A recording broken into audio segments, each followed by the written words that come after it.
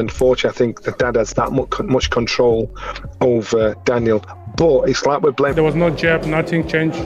He deserved the knockout because he never changed something like Johnny Nelson didn't hold back for a second. He absolutely ripped into Stan Dubois, Daniel Dubois' father, for hosting a pre-fight party before the biggest night of Daniel's career. Nelson called it reckless, embarrassing, and borderline sabotage. According to him, Stan tried to play mastermind, but ended up wrecking his own son's championship moment. Nelson painted a brutal picture. Stan Dubois, delusional. I just think to do something so stupid, and I mean stupid, if he thinks he knows better than every top trainer in the world, he thinks he knows better than every top fighter in the world, even though he's never got to that level, he's on another planet.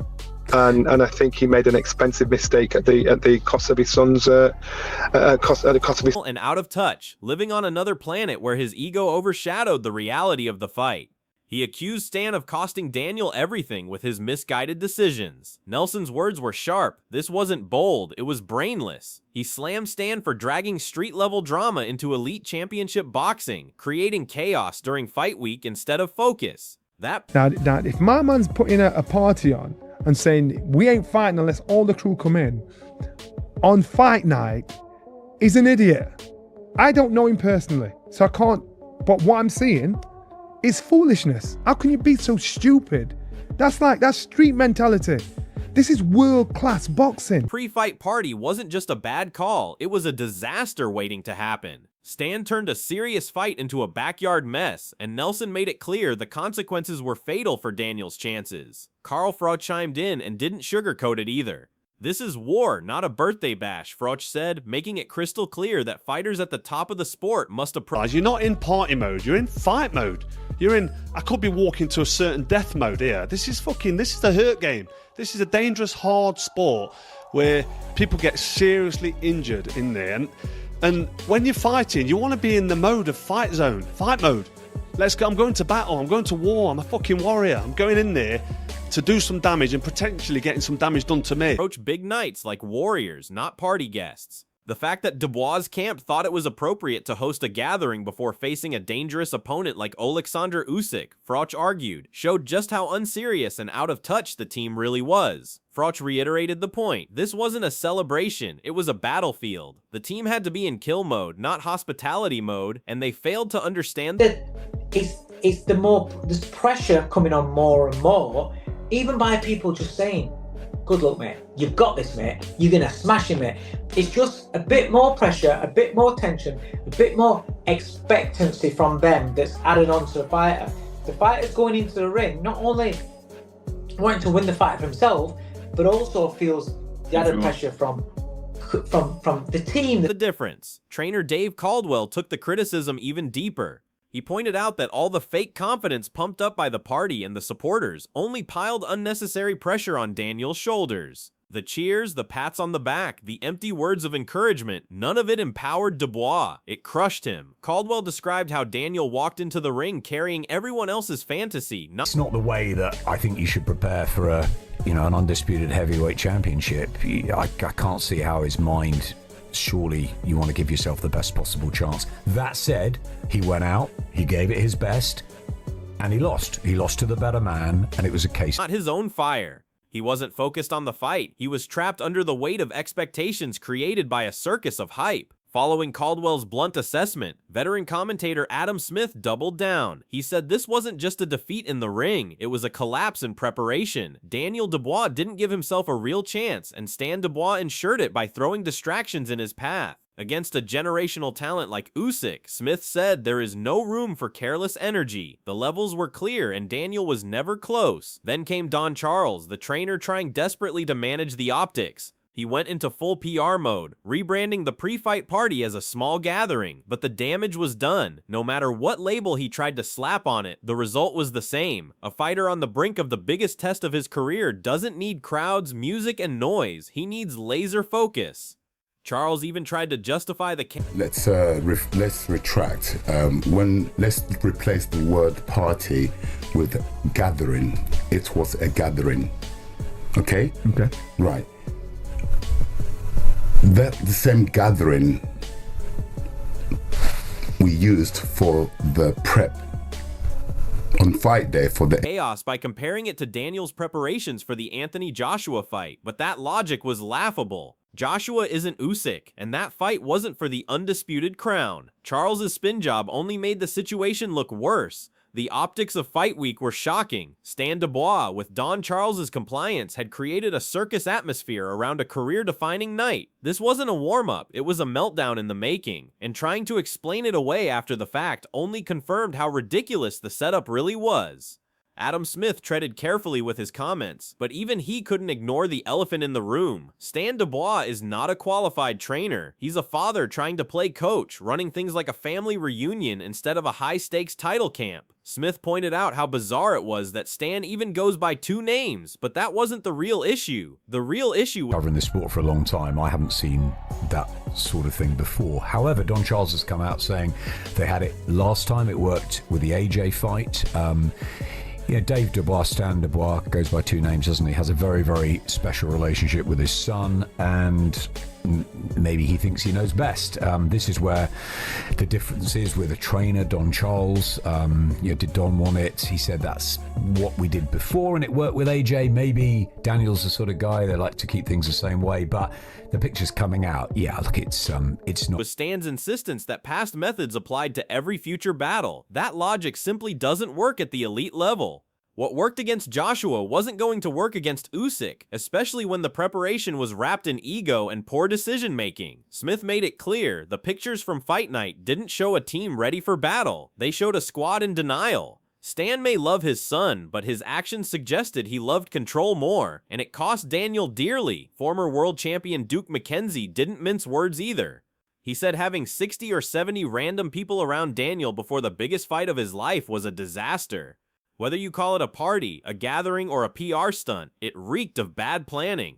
Half of those people likely had no idea what was truly at stake and certainly weren't there to sharpen Daniel's mindset. This isn't a nightclub. It's not an award show, McKenzie said. It's Fight Night. The man walking into the ring should be surrounded by focused, calm, and elite level... 60 or 70 people hanging around you, or people that you don't even know, probably half of them, that's not a good look, if that is the case. I can't really understand what their method of thinking would have been, why they would have been having some kind of a celebration party, quote unquote, whatever they were doing. But you don't want to be around that many people. It's bad energy. Instead, Dubois was surrounded by noise, distractions, and clout chasers. McKenzie said he couldn't wrap his head around it, and neither could the fans. It was a circus atmosphere that took the edge off Daniel before he even threw a jab. No serious contender allows that level of chaos, especially not against someone as calculated and cold-blooded as Usyk. Stan Dubois had turned preparation into a popularity contest, and Daniel paid the ultimate price. Shane Mosley took a more respectful tone, but even his calm breakdown exposed the same truth.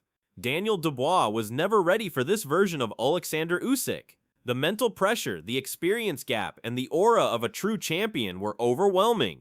Even if Daniel had been in perfect physical shape, the psychological warfare Usyk brings is unmatched. Mosley, who's been in deep waters himself, suggested Daniel was drowning before the first bell. It's not just about size or strength, he explained. It's about mindset. No, I think Daniel was in the right mindset. I mean, I just think that Usyk had too much for him, like too much mental, too much experience, too much. He had too much for him. There was nothing he could do about that. If it was a smaller Usyk like it was when he fought the first time, maybe Dubois had a good chance. But now that Usyk's bigger and stronger, he already has this. So yeah, it's a wrap. It's a wrap for the heavyweight division now. Composure and knowing how to survive moments of chaos. Usyk thrives in those moments. Thanks to the team's circus-like preparation, Daniel walked into the ring mentally fatigued. He wasn't just fighting Usyk, he was fighting his own unpreparedness. Mosley's calm delivery only made the reality hit harder. Daniel didn't quit. He was simply broken by a man operating on another level. Trainer Dominic Ingle drove the point home with a savage comparison, likening Stan Dubois' pre-fight antics to the drunken chaos of ancient Viking warriors before battle. But Ingle reminded everyone, this isn't the Viking Age. This is elite modern boxing, where one misstep in preparation can end careers, not just fights. Instead of sharpening Daniel's mental edge, Ingle said they dulled it with egos, noise, and nonsense. Usyk walked into the ring already, knowing Daniel's camp was a disorganized mess. You don't show up to war with party energy unless you're ready to be sacrificed, Engel said bluntly. Stan's lack of tactical awareness, Engel argued, turned his son into cannon fodder. There's no glory in being unprepared. Dubois wasn't just... I think the only people who used to party before battle with the Vikings were, and it used to get pissed up and, you know, dull the senses and then go and have a fight. But they were going to proper die if they, you know, got... Outclassed by Usyk, he was betrayed by the people who were supposed to protect him. Engel's assessment cut deep. The pre-fight party wasn't arrogance. It was quiet surrender disguised as noise. He even suggested Daniel himself probably didn't believe he was going to win in the first place. When you're confident, you don't need external validation. But when you're uncertain, you start building illusions. Stan Dubois invited a sea of hangers-on who weren't going to bleed in the ring, weren't going to take Usyk's punches, but were happy to sip drinks at ringside. Daniel was alone when the lights came on, and all those so-called supporters were useless. They didn't lift him up. They didn't help him dig deep. They were there for the ride, not the battle. And then came the most cutting critique of all from within the family. Caroline Dubois, Daniel's own sister, and a rising star in her own right, didn't hold back. She called the entire fiasco a disgrace. Caroline's outburst wasn't disrespectful, it was disappointment. She's a fighter who knows what real preparation looks like, and she watched her brother's career spiral because of... Realistically, I don't even think Daniel thought he was going to win that fight. So it's no good having all these people turning up, all these celebrities, you know, getting drunk and having a party on your behalf when it's you going and doing the fighting and they're doing all the shouting. Egos, delusion, and laughable prep. This wasn't just about losing to Usyk, Caroline explained. It was about how Daniel lost. There was no grit, no resilience, no warrior mindset. When Caroline called the situation disgraceful, she wasn't just referring to the result. She was talking about the excuses, the circus, and the lack of accountability from the camp. She saw a man surrounded by people who pretended to help him, but ultimately enabled weakness. Her words hit harder than any punch because they came from inside the family. Caroline knows what greatness looks like, and she gave Oleksandr Usyk the flowers he deserves. She praised his discipline, his consistency, and his championship pedigree. Usyk moved up in weight, adapted, conquered, and dominated. Meanwhile, Daniel's team was busy throwing parties and handing out wristbands. Caroline's comments weren't just admiration for Usyk, they were a warning shot to the Dubois camp. You can't fake greatness, you can't skip preparation and expect to beat a man who treats boxing like life or death. The entire Dubois-Usyk saga wasn't just a defeat in the ring, it was a public unraveling of everything wrong behind the scenes.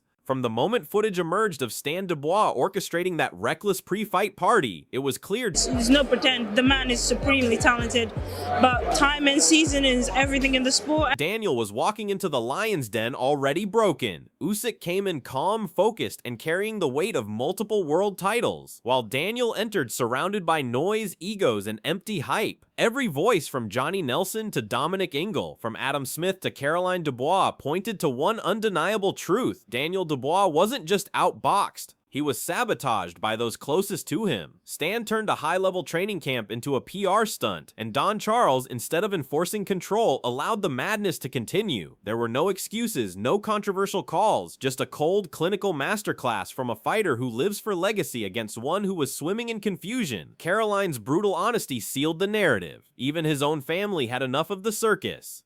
As Oleksandr Usyk's greatness continues to rise, Daniel must now face a different kind of fight, the one within his own camp. Does he cut the cord from the chaos and rebuild? Or does he remain shackled to a system that failed him when it mattered most? This isn't just a loss, it's a crossroads. So now we ask you, is Daniel Dubois done at the top, or is there still a warrior buried beneath the wreckage? Let us know in the comments below.